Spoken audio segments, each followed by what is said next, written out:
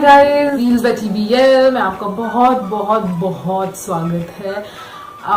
आज का एक वीडियो है जो कि ज़्यादा बात तो नहीं होने वाला है, बिकॉज आज मैं शेयर करूँगी अपनी प्रेगनेंसी स्टोरी, अपनी डिलीवरी स्टोरी, बेसिकली अपनी डिलीवरी तक की स्टोरी। मेरे से एक दो लोगों ने पूछा था कि नॉर्मल है, सी सेक है, या क्या आपका पूरा एक्सपीरियंस रहा। तो मैंने सोचा एक वीडियो क्यों ना हो जाए इसके ऊपर। जितनी भी इंफॉर्मेशन, जितना भी एक्सपीरियंस मेरा रहा है, मैं आपके साथ शेयर करना चाहती हूँ।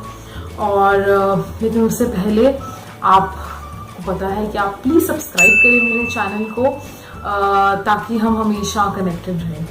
तो शुरू करते हैं प्रेगनेंसी से पहले। मैं अराउंड नवंबर दिसंबर 2017 एंड में प्रेग्नेंट हुई। मुझे पता चला I was 4 weeks प्रेग्नेंट जब मुझे पता चला। एंड ऑब्वियसली हम सब बहुत ज़्यादा खुश थे, फैमिली में सब बहुत खुश थे। मैं और मनीष भी बहुत खुश थे। तब से शुरू हुई मेरी प्रेगनेंसी की कहानी। लकीली मैं शायद उनमें से एक हूँ जो मेरी प्रेगनेंसी बहुत बहुत हेल्दी थी। आप मानेंगे नहीं, मुझे एक भी सिम्टम नहीं थे जो नॉर्मल प्रेग्नेंट वुमन के होते हैं। ना मुझे एक भी वॉमिटिंग हुई, ना मुझे कोई स्पेसिफिक फूड क्रेविंग्स थी, ना मुझे कोई फूड एलर्जीज थी, ना मुझे ज़्यादा टायर्डनेस थी। मतलब जैसे कहिए मैं as a normal human being थी। और मुझे कहीं ना कहीं ये भी लगता है कि ये बात काफ़ी रिलाई करती है आपकी साइकोलॉजी पे। क्योंकि मेरे साथ ऐसा हुआ है कि मैं I am such strong headed woman that मुझे लगता है कि it's all in your mind, it's all in here. So मैंने कभी ये अपने आप फीलिंग दिया कि ओके मैं प्रेग्नेंट हूँ तो मुझे ऐसी फूड क्रेविंग्स होनी चाहिए या मुझे फूड एलर्जीज होनी चाहिए। मेरे माइंड में कभी भी ये ख्याल नहीं आया और ना ही ये हुआ मेरे साथ। तो अगर कोई मुझे पूछे कि तुम्हारे साथ ऐसे कैसे हुआ, तो मैं ये बोलूँगी कि it's all in hair guys. अगर आप अपना माइंड स्ट्रांग रखेंगे, अपने उस बारे में सोचेंगे ही नहीं, तो वैसा नहीं होगा। आप पॉजिटिव सोचेंगे तो पॉजिटिव होगा। सो काफ़ी प्रेगनेंसी हेल्दी रही मेरे 9 मंथ्स में। अराउंड मैंने काफ़ी ट्रैवल किया है। आप मानेंगे नहीं, मैंने 2 आउट ऑफ कंट्री ट्रिप मारे। एक थाईलैंड मारा, एक मैंने दुबई मारा। मैंने 2 इन इंडिया टूर मारे, एक गोवा में जहाँ पे मेरा बेबी मून था, और एक पंजाब में मैंने एक टूर मारा। एक फ्रेंड की वेडिंग थी और बहुत ही इजीली मैंने ट्रैवल करा, कोई प्रॉब्लम नहीं आई। मैंने योगा भी ज्वाइन किया अराउंड 5th मंथ एंड में, बिकॉज मैं एकदम फ्लेक्सिबल रहना चाहती थी और मैं चाहती थी कि मेरी नॉर्मल प्रेगनेंसी, नॉर्मल डिलीवरी हो। सो मैं रोज सुबह योगा करती थी 1 घंटा, जो कि मुझे फिजिकली और मेंटली बहुत स्ट्रांग रखा उसने, और एट काम रखा।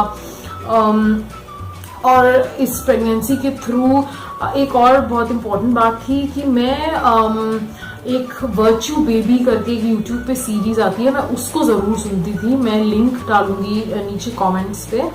आप भी अगर आप प्रेग्नेंट हैं तो मैं रियली रिक्वेस्ट करूंगी कि इतना अच्छा पॉइंट ऑफ व्यू है उस वीडियोस में कि जो शिवानी जी हैं उन्होंने दिया है। उनका बेसिकली है, एक डॉक्टर हैं, डॉक्टर निकिता सोपती, और शिवानी जी हैं ओम शांति वाली। उन दोनों का ये है, it's a talk show kind of a show, और बहुत ही अच्छा शो है गाइज। आई मीन आप अपने बच्चे से इतने कनेक्टेड फील करेंगे, इतने पॉजिटिव फील करेंगे उसको देखने के बाद। सो मैं वो देखती थी अपने आप को इंस्पायर करने के लिए। मैंने योगा ज्वाइन किया था अपनी फिजिकल और मेंटल हेल्थ के लिए। मैं ऑफिस जाती थी। मैं मतलब अपनी डिलीवरी से 10 दिन पहले तक ऑफिस जाती थी। 8 अगस्त को एडमिट बॉर्न हुआ। मैं 31 जुलाई तक मैं गई हूँ, बिकॉज मेरा ऑफिस थोड़ा दूर था, नहीं तो मेरा बस चलता तो मैं एंड डेट तक जाती। तो ये सब मैंने अपनी प्रेगनेंसी के थ्रू किया था, वेयर मेरी एक बहुत ही हेल्दी प्रेगनेंसी थी और हम सब होप कर रहे थे कि मेरी एक नॉर्मल डिलीवरी होगी। उस दिन 8 अगस्त को मेरा नॉर्मल चेकअप था सो मेरे डॉक्टर ने मुझे बुलाया और उन्होंने कहा कि आप एक नॉर्मल एक स्कैन करा लीजिए। मैंने कहा ठीक है। तो मैं गई स्कैन के लिए। जाने से पहले एक अजीब सी घबराहट थी, आई डोंट नो व्हाट। और ये बहुत ही अजीब था मेरे लिए, बिकॉज 9 मंथ्स मेरे इतने स्मूथ रहे हैं, मैं इतनी कॉन्फिडेंट रही हूँ कि I never felt such a thing जो उस दिन थी। मैं 8 अगस्त को गई, शाम का वक्त था और मैंने एक नॉर्मल स्कैन कराना था, बट एक अजीब सी घबराहट थी। मैं अंदर गई और जब हमने चेक किया तो बेबी की हार्ट बीट बहुत लो थी। सो जो मेरी डॉक्टर थी, स्कैनर थी वहाँ पे, उसने मुझे थोड़ा सा इंटीमेट किया कि ये काफ़ी लो जा रही है, क्या प्रॉब्लम है। मैंने कहा कि आने से पहले, एंटर करने से पहले से मेरे को बहुत जी घबरा रहा था। तो उन्होंने कहा कि कोई नहीं, आप ठंडा पानी पीजिए, go relax, take a walk and आप दोबारा वापस आइए। ठीक है। मैं वापस गई, मैंने अराउंड 10 से 15 मिनट पानी पिया, वॉक वगैरह की, नॉर्मल बातें की, तो तभी वो एक चीज थी जो जा नहीं रही थी। देन मैं वापस आई। देन अगेन बेबी की हार्ट बीट बहुत ज़्यादा लो थी, जितनी होनी चाहिए उससे बहुत ज़्यादा लो थी, जबकि पूरी प्रेगनेंसी में बहुत ही अच्छी हार्ट बीट रही है। सो मेरी स्कैनर जो थी डॉक्टर, उन्होंने मेरी डॉक्टर को फ़ोन करा। उन्होंने बोला कि मैं सजेस्ट करूँगी कि आप इससे एडमिट कर लीजिए। उस टाइम हम सब बहुत घबरा गए, तो हमने कहा कोई नहीं, आप हमें रिपोर्ट दीजिए, हम अपने डॉक्टर के पास जाके एक बार कंसल्ट तो ज़रूर करेंगे। हम डॉक्टर के पास गए, मैं और मेरी मदर इन लॉ रिपोर्ट के साथ। तो उन्होंने कहा कि मेरे हिसाब से आप एडमिट हो जाइए, बहुत ही लो है, हम उधर हॉस्पिटल में जाके और कंटिन्यूस मेजरमेंट होता है उसको चेक करेंगे। सो मैंने कहा ठीक है। हम लोग गए। हमने कहीं ना कहीं ये हमारा माइंड सेट हो गया था, सेट नहीं, हमने कहीं ना एक्सपेक्ट कर लिया था कि हो सकता है कि सी सेक्शन हो। सो इसलिए मैंने अपना बेबी बैग उठाया, मैं अपनी तैयारी के साथ वहाँ गई, भगवान के सामने हाथ जोड़े और मैं निकली। ये अराउंड 8, साढ़े 8 का टाइम है जब मैं गई। वहाँ गई, हमने 10 से 15 मिनट मेरा हार्ट मॉनिटर हुआ। उसमें कंटिन्यूसली लो जा रही थी बेबी की हार्ट बीट। तब डॉक्टर हमारे पास आई और उन्होंने कहा कि अब आप बताइए कैसे करना है, हार्ट बीट बहुत लो जा रही है। डॉक्टर ने कहा मैं रेकमेंड नहीं करूँगी वेट करना, बिकॉज रात का टाइम है, रातों रात कुछ हो गया हम कुछ कर भी नहीं पाएंगे। सो काफ़ी एक SOS काइंड ऑफ सिचुएशन हो गई थी। देन हम सब फैमिली मेम्बर्स ने मिलके एक डिसीजन लिया कि ऑब्वियसली इतने 9 मंथ्स में हम नहीं चाहते कि कुछ भी गड़बड़ हो, इसलिए हमने कलेक्टिव डिसीजन लिया कि ठीक है, हम एक सी सेक्शन के लिए जाते हैं। हमने अंडरटेकिंग वगैरह साइन करी और मैं एकदम हंसते हंसते अपने खुद अपने पैरों पे चल के अंदर ऑपरेशन थिएटर में गई। मेरे को एक बैक पे अपनी स्पाइनल कॉर्ड पे इंजेक्शन लगा, जिससे नीचे का जो आपका पार्ट है बिलो द स्टमक सब कुछ सुन लिया। मेरे हस्बैंड मेरे साथ थे during this process and there was मैं एक चीज़ मुझे याद है। अराउंड 1 से 1.5 घंटे का ऑपरेशन था। 9 बजे के करीब मैं गई थी, 9, साढ़े 9 के करीब मैं अंदर गई थी और 1 से 1.5 घंटे का ऑपरेशन था। एंड मैं सब कुछ हल्का हल्का सुन सकती थी बट मैं फील कुछ नहीं कर पा रही थी। देन वो प्रोसेस चलता रहा। Finally I could hear baby's voice and हर एक पेरेंट की तरह मैं भी काफ़ी एक्साइटेड थी कि लड़का है लड़की है, आई वांटेड टू नो कि एग्जैक्टली वो कौन है। देन वो उसको लेके गए, उन्होंने उसको थोड़ा सा हार्डली 2 मिनट्स के लिए उसको लेके गए और उसको वॉश वगैरह कराया एंड उन्होंने आके मुझे दिखाया। नहीं, उससे पहले उन्होंने मुझसे पूछा कि आपको क्या चाहिए, आपको लड़का चाहिए लड़की चाहिए। बट मैं इतनी ज्यादा ओवरवेल्म्ड थी इस टाइम, आई वाज लाइक कि, और उन्होंने मुझसे पूछा कि आपको क्या लगता है कि कौन है। आई वाज स्टिल, मेरा ऑपरेशन अभी हो ही रहा था, और मैंने कहा मैं अभी ब्लैंक हूँ, मैं कुछ भी नहीं सोच पा रही हूँ, तो आप ही बता दीजिए, मेरा तो कोई भी थिंकिंग नहीं है राइट नाउ।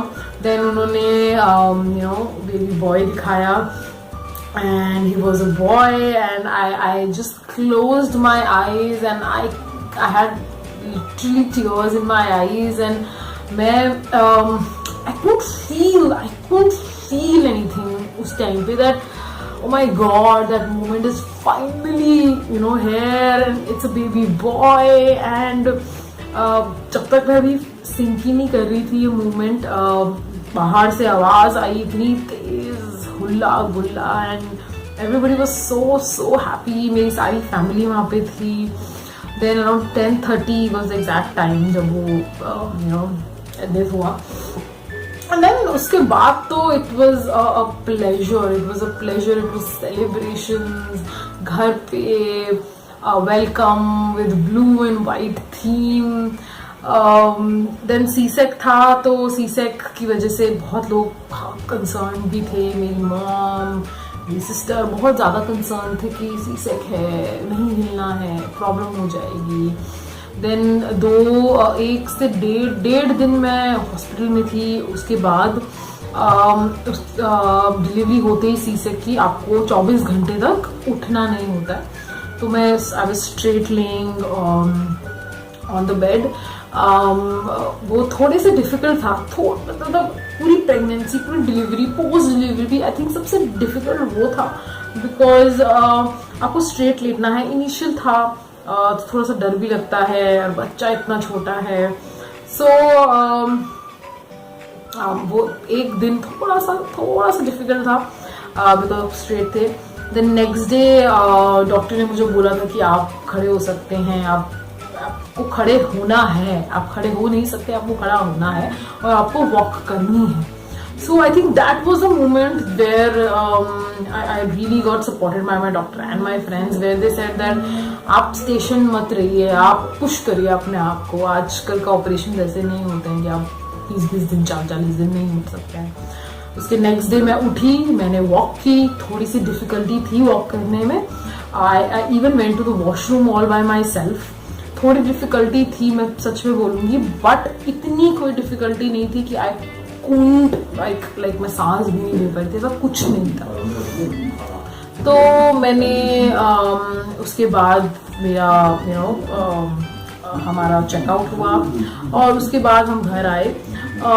फ्रैंकली मुझे इस पूरे प्रोसेस में मेरे स्टिचेस 7 दिन बाद खुल गए थे।